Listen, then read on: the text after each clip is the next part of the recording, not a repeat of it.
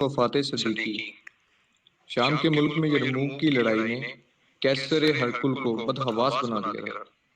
جب یرموک کے بھاگے ہوئے سپاہی حمص میں ہرکل کے پاس پہنچے، جہاں وہ نتیجہ جنگ کا انتظار کر رہا تھا، تو وہ اپنے کئی لاکھ اہم پوش لشکر کا مٹھی بھر مسلمانوں کے ہاتھ سے تہس نہس ہونا سن کر ششدر رہ گیا اور فوراً حمص سے روانہ ہو کر کسی دوسرے مکان کی طرف چل دیا۔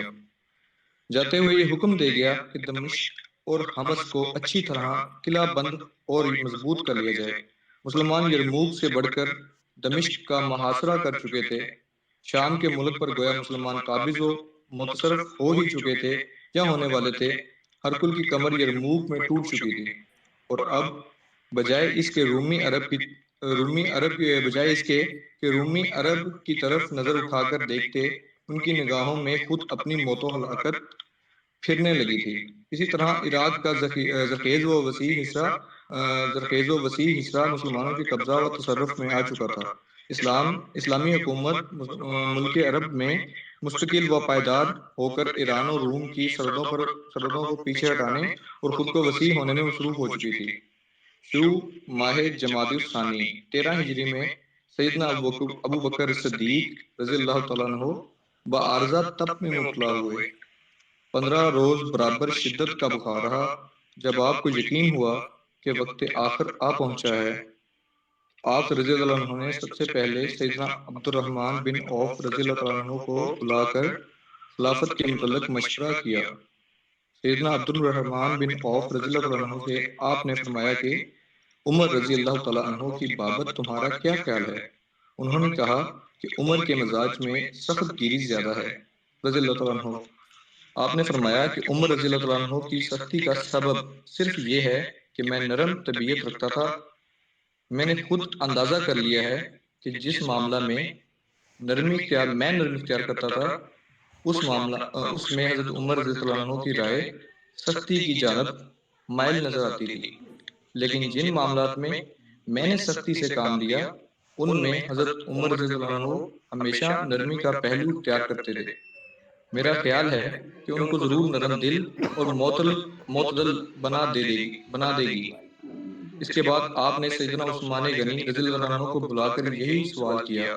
انہوں نے جواب دیا کہ عمر رضی اللہ تعالیٰ عنہ کا باطن ان کے ظاہر سے اچھا ہے اور ہم میں سے کوئی ان کے مرتبہ کو نہیں پہنچ سکتا۔ پھر آپ نے سیدنا علی کرم اللہ وجہہ کو بلا کر یہی سوال کیا۔ انہوں نے بھی یہی جواب دیا جو سیدنا عثمان غنی رضی اللہ تعالیٰ عنہ دے چکے تھے۔ اس کے بعد سیدنا طلحہ رضی اللہ تعالیٰ عنہ تشریف لے آئے۔ آپ نے ان کے سامنے بھی فرمایا کہ میرا ارادہ ہے کہ اپنے بعد عمر فاروق رضی اللہ تعالیٰ عنہ کو مسلمانوں کا خلیفہ مقرر کر جاؤں۔ سیدنا طلحہ رضی اللہ تعالیٰ عنہ نے کہا کہ آپ خدائے تعالیٰ کو کیا جواب دیں گے کہ آپ نے رعیت کے ساتھ کیسا معاملہ کیا؟ یہ سن کر آپ نے فرمایا کہ مجھ کو اٹھا کر بٹھا دو۔ چنانچہ آپ کو بٹھا دیا گیا۔ آپ نے فرمایا میں خدائے تعالیٰ کو جواب دوں گا کہ میں نے تیری مخلوق پر تیری مخلوق کے بہترین شخص کو خلیفہ مقرر کیا ہے۔ یہ سن کر سیدنا طلحہ خاموش ہو رہے۔ پھر آپ رضی اللہ عنہ نے سیدنا عثمان غنی رضی اللہ عنہ کو بلا کر وصیت نامہ لکھنے کا حکم دیا۔ شدت و علالت کی وجہ سے سیدنا ابو بکر صدیق رضی اللہ عنہ رک رک کر بولتے جاتے اور سیدنا عثمان غنی رضی اللہ عنہ لکھتے جاتے تھے۔ اس وصیت نامہ کا مضمون یہ تھا: یہ وہ عہد ہے جو ابو بکر خلیفہ رسول صلی اللہ علیہ وسلم نے اس وقت کیا ہے جب کہ اس کا آخری وقت دنیا میں اور اول وقت آخرت کا ہے۔ ایسی حالت میں کافر بھی ایمان لاتا اور فاجر بھی یقین لے آتا۔ میں نے تم لوگوں پر عمر بن خطاب رضی اللہ تعالیٰ عنہ کو مقرر کیا ہے اور میں نے تم لوگوں کی بھلائی اور بہتری میں کوتاہی نہیں کی۔ بس اگر عمر رضی اللہ تعالیٰ عنہ نے صبر و عدل سے کام لیا تو یہ میری اس کے ساتھ واقفیت تھی۔ اگر برائی کی تو مجھ کو غیب کا علم نہیں ہے اور میں نے تو بہتری اور بھلائی کا قصد کیا ہے، اور ہر شخص کو اپنے نتائج اعمال سے سابقہ پڑھنا ہے۔ آگے سورہ شعراء کی آیت ہے جس کا میں ترجمہ یہاں بیان کروں گا۔ جنہوں نے ظلم کیا ہے ان قریب دیکھ لیں گے کہ کس پہلو پر پھیرے جاتے ہیں۔ جزاکم اللہ خیر۔ ناصر بھائی میرے پاس یہیں تک تھا۔ جی شکریہ جی۔ ام احمد آپ اگلی قسط پڑھیں پلیز۔ السلام علیکم ورحمۃ اللہ وبرکاتہ۔ رب اشرح لی صدری ویسر لی امری واحلل عقدۃ من لسانی یفقہوا قولی۔ صدیق اکبر کا آخری خطبہ۔ جب یہ تحریر لکھی جا چکی تو آپ نے حکم دیا کہ لوگوں کو پڑھ کر سنا دو، پھر خود اسی شدت مرض کی حالت میں باہر تشریف لائے اور مسلمانوں کے مجمع کو مخاطب کر کے فرمایا کہ میں نے اپنے کسی عزیز رشتہ دار کو خلیفہ نہیں بنایا، اور میں نے صرف اپنی ہی رائے سے عمر فاروق کو خلیفہ نہیں بنایا، بلکہ صاحب الرائے لوگوں سے مشورہ کر لینے کے بعد خلیفہ بنایا ہے۔ پس کیا تم لوگ اس شخص کے خلیفہ ہونے پر رضامند ہو جس کو میں نے تمہارے لیے انتخاب کیا ہے؟ یہ سن کر لوگوں نے کہا کہ ہم آپ کے انتخاب اور آپ کی تجویز کو پسند کرتے ہیں۔ پھر سیدنا صدیق اکبر نے فرمایا کہ تم کو چاہیے کہ عمر فاروق کا کہنا سنو اور اس کی اطاعت کرو۔ سب نے اقرار اطاعت کیا۔ اس کے بعد سیدنا عمر فاروق کو مخاطب کر کے فرمایا کہ اے عمر، میں نے تم کو اصحاب رسول اللہ صلی اللہ علیہ وآلہ وسلم پر اپنا نائب بنایا ہے۔ اللہ تعالیٰ سے ظاہر و باطن میں ڈرتے رہنا۔ اے عمر، اللہ تعالیٰ کے بعض حقوق ہیں جو رات سے متعلق ہیں، ان کو وہ دن میں قبول نہیں کرے گا۔ اسی طرح بعض حقوق دن سے متعلق ہیں جن کو وہ رات میں قبول نہیں کرے گا۔ اللہ تعالیٰ نوافل کو قبول نہیں فرماتا جب تک کہ فرائض ادا نہ کیے جائیں۔ اے عمر، جن کے اعمال صالحہ قیامت میں وزنی ہوں گے وہی فلاح پائیں گے، اور جن کے نیک اعمال کم ہوں گے وہ مبتلا مصیبت ہوں گے۔ اے عمر، فلاح و نجات کی راہیں قرآن مجید پر عمل کرنے اور حق کی پیروی سے میسر ہوتی ہیں۔ اے عمر، کیا تم کو معلوم نہیں کہ ترغیب و تربیت اور انذار و بشارت کی آیات قرآن مجید میں ساتھ ساتھ نازل ہوئی ہیں تاکہ مومن اللہ تعالیٰ سے ڈرتا اور اس سے اپنی مغفرت طلب کرتا رہے۔ اے عمر، جب قرآن مجید میں اہل نار کا ذکر آئے تو دعا کرو کہ الہی تو مجھے ان میں شامل نہ کرنا، اور جب اہل جنت کا ذکر آئے تو دعا کرو کہ الہی تو مجھے ان میں شامل کر۔ اے عمر، تم جب میری ان وصیتوں پر عمل کرو گے تو مجھے گویا اپنے پاس بیٹھا ہوا پاؤ گے۔ یہ تحریر اور وصیت وغیرہ کی کارروائی 22 جمادی الثانی 13 ہجری بروز دوشنبہ عمل میں آئی۔ اسی روز دن کے دوسرے حصے میں یا 22 اور 23 جمادی الثانی کی درمیانی شب میں، جو شب سہ شنبہ تھی، بعد مغرب بعمر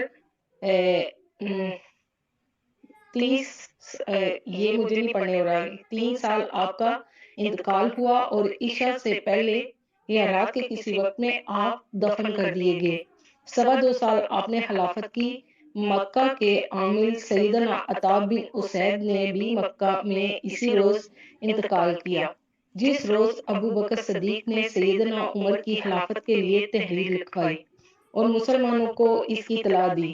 وہ صدیق اکبر کی زندگی کا آخری دن تھا۔ اسی روز بعد تکمیل تحریر سیدنا مثنہ بن حارثہ جو حرا عراق سے مدینہ کی طرف روانہ ہوئے تھے، مدینہ منورہ پہنچے۔ وہاں عراق کی یہ صورتحال پیش آئی تھی کہ جب حضرت خالد بن ولید نصف فوج خود لے کر اور نصف مثنہ بن حارثہ کے پاس چھوڑ کر شام کی طرف روانہ ہو گئے تو بہمن جادویہ ایرانی سپاسالار جو یہ سمجھ کر کہ اب خالد بن ولید کی غیر موجودگی میں مسلمانوں کا اس ملک سے نکال دینا آسان ہے، ایک لشکر عظیم لے کر آیا۔ مثنہ بن حارثہ نے حریر سے چل کر بابل کے قریب اس ایرانی لشکر کا استقبال کیا۔ جنگ عظیم برپا ہوئی۔ بڑے کشت و خون کے بعد ایرانیوں کو شکست فاش نصیب ہوئی۔ مثنہ بن حارثہ نے مدائن کے قریب تک ایرانیوں کا تعاقب کیا اور پھر واپس حرا میں چلے آئے۔ اس شکست کے بعد ایرانیوں نے اپنے اندرونی جھگڑوں کو ملتوی کر کے اور ایرانی سپہ سالاروں اور وزیروں نے اپنی رقابتوں کو فراموش کر کے ازسر نو تیاریاں شروع کی۔ تمام ملک اور صوبوں میں زندگی، جوش اور ہمت کی لہر دوڑ گئی۔ ایرانی قبائل اور روسا ملک سب مسلمانوں کے خلاف میدان جنگ میں جانے اور لڑنے مرنے پر مستعد ہو گئے۔ سیدنا مسنہ نے جب ایرانیوں کی جنگی سرگرمیوں کے حالات سنے تو ان کو اپنی قلت فوج کے تصور سے پریشانی ہوئی، لہٰذا وہ بشیر بن حساسیہ کو اپنی جگہ مقرر کر کے خود عازم مدینہ ہوئے کہ خلیفۃ الرسول کو زبانی بالتصویر تمام حالات سنائیں اور اس موقع کی اہمیت اور نزاکت سمجھائیں۔ سیدنا مسنہ جب مدینہ میں پہنچے تو سید اکبر کی زندگی کے صرف چند گھنٹے باقی تھے۔ انہوں نے مسنہ سے تمام حالات سنے اور سیدنا عمر فاروق سے فرمایا کہ تم مسنہ کے ساتھ فوج جمع کر کے ضرور اور جلد روانہ کرنا۔ جب سیدنا عمر آپ کے پاس سے باہر نکلے تو آپ نے فرمایا، اے اللہ، میں نے عمر کو مسلمانوں کی بہتری اور فتنہ و فساد کے خطرے کو دور کرنے کے لیے اپنے بعد خلیفہ منتخب کیا ہے۔ میں نے جو کچھ کیا ہے مسلمانوں کی بھلائی کے لیے کیا ہے۔